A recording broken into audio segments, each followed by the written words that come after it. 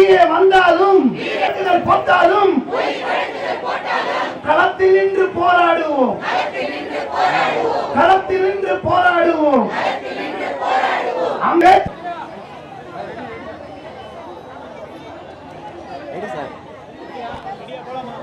சென்னை மாநகராட்சியினுடைய மண்டலம் 5-6 பணி நீக்கம் செய்யப்பட்ட தூய்மை பணியாளர்கள் இன்றைக்கு 86வது நாட்களாக பசி பட்டினி வறுமை இந்த கொடுமையிலிருந்து போராடி கொண்டிருக்கிறார்கள். அவர்கள் கேட்பது தமிழ்நாடு அரசு, தமிழ்நாடு முதல்வர் அவர்கள், நீங்கள் அளித்த வாக்குறுதியை நிறைவேற்றுங்கள். நீங்கள் தேர்தல் காலத்தில் அளித்த வாக்குறுதியை 153, 255 நிறைவேற்றுங்கள். உங்களுடைய கடிதம் 19/1/2021 கடிதப்படி நீங்கள் பணியந்திரப்படுத்த என்று சொன்னீர்கள். அதை நிறைவேற்றுங்கள் என்ற கோரிக்கையோடு இன்றைக்கு களத்தில் நின்று கொண்டிருக்கிறார்கள்.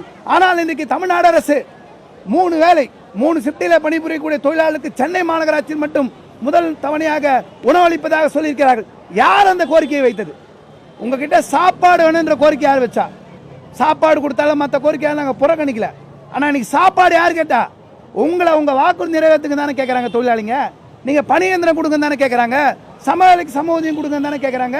இந்த கடந்த இன்னைக்கு இருக்கக்கூடிய இந்த 4 வருஷத்துல ஒரு மாநகராட்சி தொழிலாளிகிட்டையும் 2.5 லட்சம் ரூபாய் சம்பளத்திட்டு ஏற்பட்டிருக்கு. அவங்க கொடுக்க வேண்டிய மினிமம் வேஜஸ் ஆக்ட் படி சம்பளம் கொடுக்கல, அந்த சம்பளத்தை கொடுங்கன்னு கேட்கறாங்க. ஆனா அதெல்லாம் இல்லாம சாப்பாடு கொடுப்பதா சொல்றீங்க.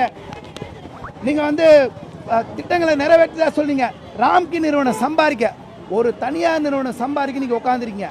நீங்க மண்டலம் 5 மண்டலம் இன்னைக்கு இந்த ஆட்சியில தனியாருக்கு போகாம இருந்துச்சு. இந்த சென்னை மாநகராட்சி 5-6 மண்டல போராட்டம் காரணமா இன்னைக்கு 3 மண்டலத்தில் தனியார் மையம் நிறுத்தி வைக்கப்பட்டிருக்கு. எலெக்ஷனுக்கு தள்ளி வச்சிருக்காங்க. ஏன் அந்த 3 மண்டலம் நிறுத்தி வச்சிருக்கும் போது அவங்க எல்லாம் இன்னைக்கு குறைந்தபட்ச சம்பளப்படி நாங்க போராட்டம் நடத்தி வாங்கின சம்பளப்படி வாங்கும்போது இந்த 2 மண்டல தொழிலாளர்களும் ஏன் சென்னை மாநகராட்சியிலே வேலை செய்யக்கூடாது?